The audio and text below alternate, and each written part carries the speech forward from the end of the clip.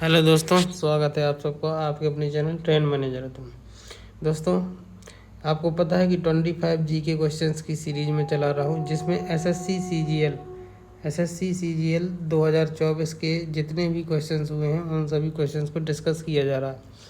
Video के 22 part में अपने चैनल में अपलोड कर चुका हूँ। ये है 23rd पार्ट और वीडियो को लास्ट तक ज़रूर देखना। चैनल अगर अभी तक सब्सक्राइब नहीं किया तो सब्सक्राइब कर लीजिए, बेल आइकन को प्रेस कर लीजिए। लास्ट में अगर वीडियो अच्छा लगे तो लाइक करके ज़रूर जाना और अपने सभी दोस्तों में, सभी स्टडी ग्रुप्स में शेयर ज़रूर करना।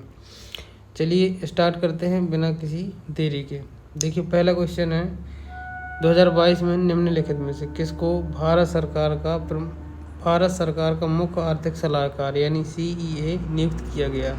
इसका सही आंसर है वेंकट रमन अनंत नागेश्वरन। बहुत ही इम्पोर्टेंट सवाल है, अभी हाल ही का सवाल है कि भारत सरकार का मुख्य आर्थिक सलाहकार किसे नियुक्त किया गया। वेंकट रमन अनंत नागेश्वरन। क्वेश्चन नंबर 22, 2022 में किसे भारत का नया अटॉर्नी जनरल नियुक्त किया गया। तो इसका बिल्कुल सही जवाब है R वेंकट मणि। ठीक है, 2022 का करंट भी पूछा गया था SSC CGL 2024 के एग्जाम्स में। क्वेश्चन नंबर 23, जब आप किसी निजी पार्टी में देखते हैं कि भारतीय ध्वज का उपयोग वक्ता की मेज को ढकने के लिए किया जाता है तो मौलिक कर्तव्यों का कौन सा अनुच्छेद लागू होता है। तो बिल्कुल सही जवाब है आर्टिकल 51 का A का पहला नंबर। ठीक है, आर्टिकल 51 के A का पहला नंबर, क्योंकि आर्टिकल 51A में मौलिक कर्तव्यों उसका पहला नंबर ये लागू होता है कि हमें अपने भारतीय ध्वज का सम्मान करना है। क्वेश्चन नंबर 14, निम्नलिखित में से किस महीने में असम में कटी बिहू मनाया जाता है। जो कटी बिहू है असम का त्यौहार, ये अक्टूबर महीने में मनाया जाता है। क्वेश्चन नंबर 5वां, किसको अक्सर 20वीं शताब्दी के तानसेन के रूप में जाना जाता है। संगीत के इस प्रतिभाशाली व्यक्ति ने सर्वश्रेष्ठ शास्त्रीय संगीत का मिश्रण किया और अपनी खुद की एक अनूठी शैली बनाई। इसका बिल्कुल सही जवाब दूसरा नंबर, बड़े गुलाम अली। इन्होंने भी बहुत अच्छी गज़ल गाई हैं। तो ये 20वीं सदी के तानसेन के रूप में जाने जाते हैं, बड़े गुलाम अली खान। क्वेश्चन नंबर 6वां, किसने सर्वप्रथम अपवर्तन के उस सिद्धांत को प्रतिपादित किया था जो यह स्वतः सिद्ध मानता है कि प्रत्येक पदार्थ का एक विशिष्ट बंकन अनुपात अपवर्तक सूचकांक होता है। तो इसका बिल्कुल सही जवाब है बिलेबरोड स्नेलियस। ठीक है, इसने जो है अपवर्तन के सिद्धांत को प्रतिपादित किया था। क्वेश्चन नंबर 7वां, निम्नलिखित में से कौन सा विटामिन C का दूसरा नाम है। तो इसका सही जवाब है एस्कॉर्बिक एसिड। क्वेश्चन नंबर 8वां, आजीविकों के संदर्भ में कौन सा कथन है विचार करना है, मतलब कौन सा कथन सही है। तो देखिए, दोनों कथन सही है। मक्खलीपुत्र गोसल जो आजीवक संप्रदाय है इसके प्रमुख शिक्षक थे मक्खलीपुत्र गोसल, और दूसरा पॉइंट था आजीवक भागवाद में विश्वास करते हैं, ये भी बिल्कुल सही है। क्वेश्चन नंबर 9, कायर कंडक्टर कूमी नरीमन वीडियो को 2023 में भारत सरकार द्वारा निम्नलिखित में से किस पुरस्कार से सम्मानित किया गया। इसका सही आंसर है पद्मश्री। ठीक है, 2023 में पद्मश्री दिया गया कायर कंडक्टर कूमी नरीमन वाडिया को। ठीक, क्वेश्चन नंबर 10वां, जिंक के सल्फ्यूरिक अम्ल के साथ अभिक्रिया करने पर कौन सी गैस निकलती है। जिंक अगर Zn H2SO4 से अगर क्रिया करता है तो कौन सी गैस निकालेगा, तो हाइड्रोजन। क्वेश्चन नंबर 11वां, निम्नलिखित में से कौन सा कथन द्वितीय पंचवर्षीय योजना के संदर्भ में गलत है। यहाँ पर तीसरा वाला गलत है, बाकी सही है। योजना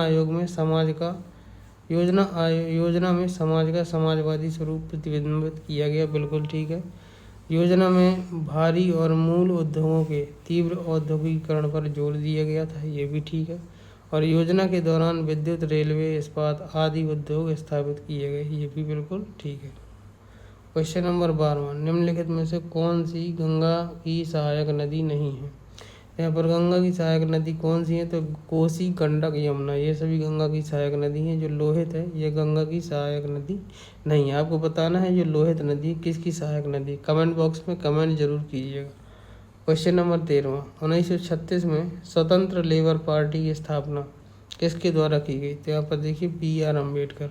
1936 में स्वतंत्र लेबर पार्टी की स्थापना किसके द्वारा की जाती है? भीमराव अंबेडकर के द्वारा। क्वेश्चन नंबर 14, निम्नलिखित में से कौन सा टीम इवेंट लक्ष्य ओलंपिक पोडियम योजना में शामिल है? तो इसका बिल्कुल सही आंसर है हॉकी। ठीक है, कौन सा टीम लक्ष्य ओलंपिक पोडियम योजना में शामिल है? तो हॉकी।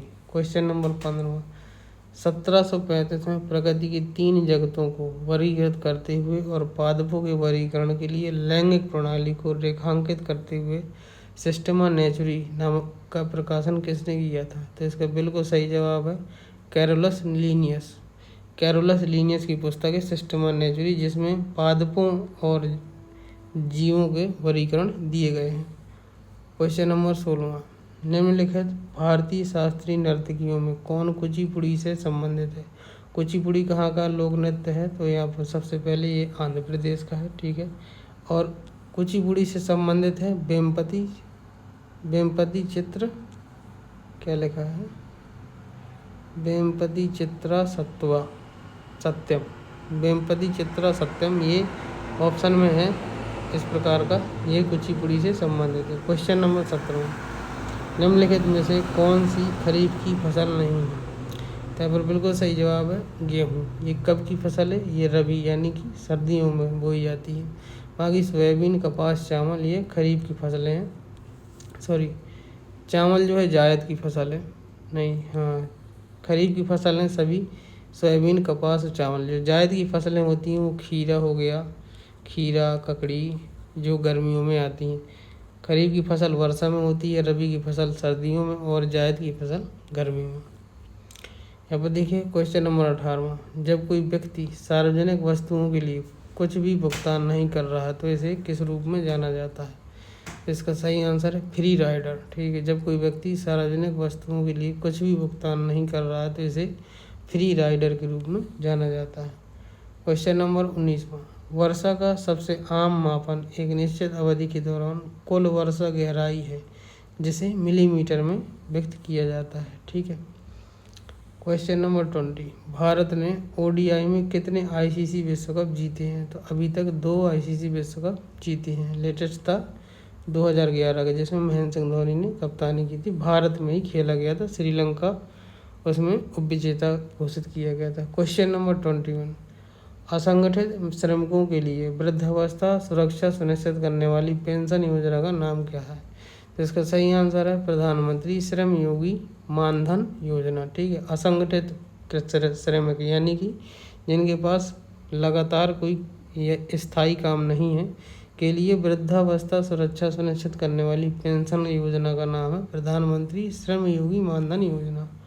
क्वेश्चन नंबर 22, पीएम दक्ष योजना का शुभारंभ निम्नलिखित में से किस मंत्रालय ने किया? तो पीएम दक्ष योजना का शुभारंभ किया सामाजिक न्याय एवं अधिकारिता मंत्रालय ने। ठीक है, क्वेश्चन नंबर 23, भारतीय संविधान के भाग 6 में अनुच्छेद 214 से 231 तक किससे संबंधित है? तो 214 से 231 तक ये उच्च न्यायालय से संबंधित है, यानी हाई कोर्ट से। अगर 124 होता तो ये किससे संबंधित होता? सुप्रीम कोर्ट से। ठीक है, क्वेश्चन नंबर 24, निम्नलिखित में से किस सुल्तान ने मुख्य रूप से विस्तार के बजाय सुदृढ़ीकरण की नीति अपनाई? तो इसका सही जवाब है बलबन। ठीक है, बलबन ने विस्तार के बजाय सुदृढ़ीकरण, कि उसने कहा पहले अपने आप को मजबूत करो, इसके बाद हम विस्तार करेंगे, तो इसकी नीति बलबन ने बनाई। क्वेश्चन नंबर 25, भारतीय राष्ट्रीय कांग्रेस के अध्यक्ष होने के नाते निम्नलिखित में से किसने 1929 में ब्रिटिश राज से पूर्ण स्वतंत्रता का आह्वान किया था? तो यहाँ पर लाहौर में सिंधु नदी के तट पर जवाहरलाल नेहरू ने। तो दोस्तों ये रहे आज के 25G के क्वेश्चंस। अगर वीडियो अच्छा लगे तो लाइक करना, चैनल को सब्सक्राइब अगर अभी तक नहीं किया तो सब्सक्राइब कर दीजिए, बेल आइकन को प्रेस कर दीजिए।